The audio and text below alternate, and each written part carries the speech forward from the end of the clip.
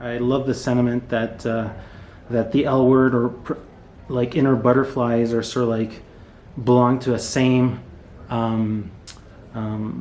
idea as our ideas of God. It's something that's not physically there, tangible, but it's also very much embedded in us. How did you merge? How did the idea to merge those two pathways together? How did that come to you? Oh my gosh, that's a good question. It's funny. I think the story came out of like this imagination that I had when I first moved to New York. I was living in this really small, tiny room. It was like the size of a closet. And like I would get home really, really late, and there was nobody around, and it literally felt like the Overlook Hotel where I was living.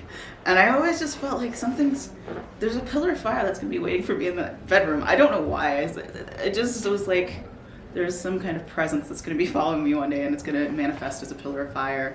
But I always kind of liked that story, you know, when I grew up, growing up and like being a church girl. So I was like, I just need to put the pillar of fire in something. And I like mixing kind of like the supernatural, magical realism, you know, with something that is tactile and very tactile real. Yeah. And yeah, something that's very relatable. And then I just thought about my own experiences, like as a church girl, and you know, the experiences that you have with your friends, and where you're like finding yourself. And so I was like, how can I take these two ideas?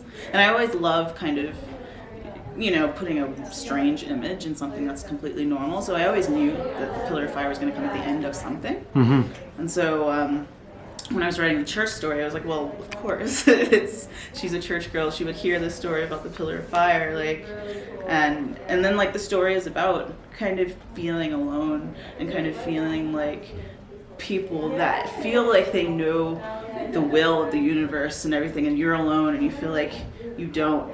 Then in the end you find out that the universe is really with you.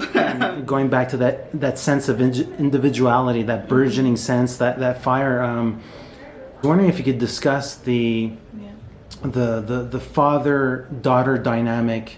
It's really peculiar. It's there's play, but then there's like a real intensity to that relationship.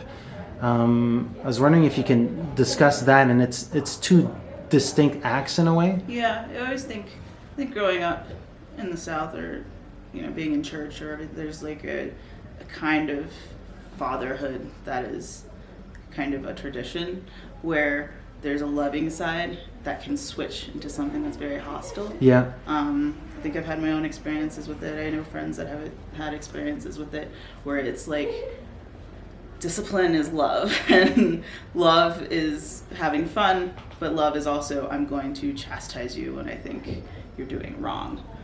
So I really wanted to play with that kind of, it's very confusing when you're young, because it's like, you know, like I grew up with someone like Mr. Rogers, and Mr. Rogers is like, you know, your opinions matter and you care.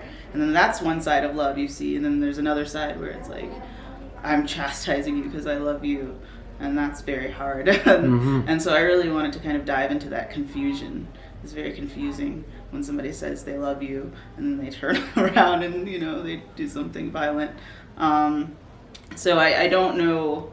I wanted to, it's like one coin and there's two sides of the coin. So I wanted to split the film in two, where she's kind of experiencing this love. And I hope I did it correctly. It's very tricky. I like how there's something that sort of like interferes with those two sections, and it's the I really appreciated the aestheticism and the sonar treatment of the idea of playing and discovery. And I was wondering how important it was for you to embed that at that very specific moment and have it carry on as like a feeling that's not spoken but kept inside. You mean the sound? Yeah, like the sonar treatment. Yeah, exactly, for that sequence. Yeah, for the whole, I mean, sound, I start with sound a lot. I usually start with music or like some kind of sound effect in my head when I'm like writing, because it helps me pace the movie. So sound is always something that's very important just from like the beginning. And then like when writing it, I always wanted the sound to feel like you were kind of in her head, like kind of stuck in her head a little bit.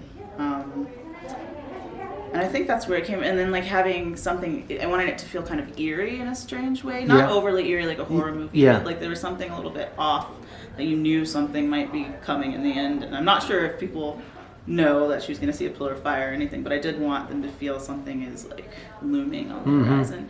And like I think that's what it's about. It's like when you're coming of age or when you're like 12, 13, adolescence is looming on the horizon, and there are these incidents that kind of bring you to that path. And I think that's basically what it is, and that's why I called it pillars. They're like certain things that are pillars in your life and on your path to adulthood that are very harsh and sometimes beautiful.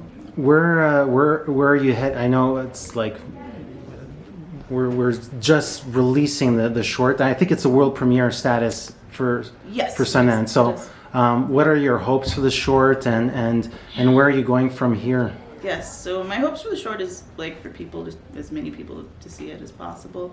I hope people, find some meaning, and I think it's really about, not being alone when you feel like you're completely alone and just completely knocked off your axis.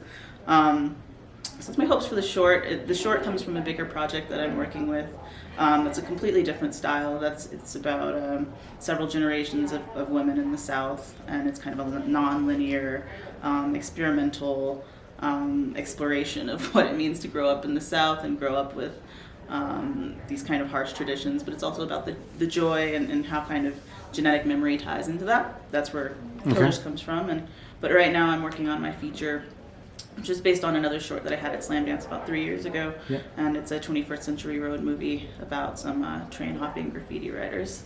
And it's also about kind of loss and finding your way in the world. So the production might take place in a lot of backdrops and it's all around the United States. It starts in New Orleans and kind of spins around the United States. Well, happy discovery of the train track set and that character, and enjoy the premiere tonight. Thank you. Hey, this is Eric from MyOwnCinema.com. If you want to support us, subscribe below. For more reviews, interviews, film festival coverage from Sundance, Cannes, Toronto, you want to check out these guys on this side.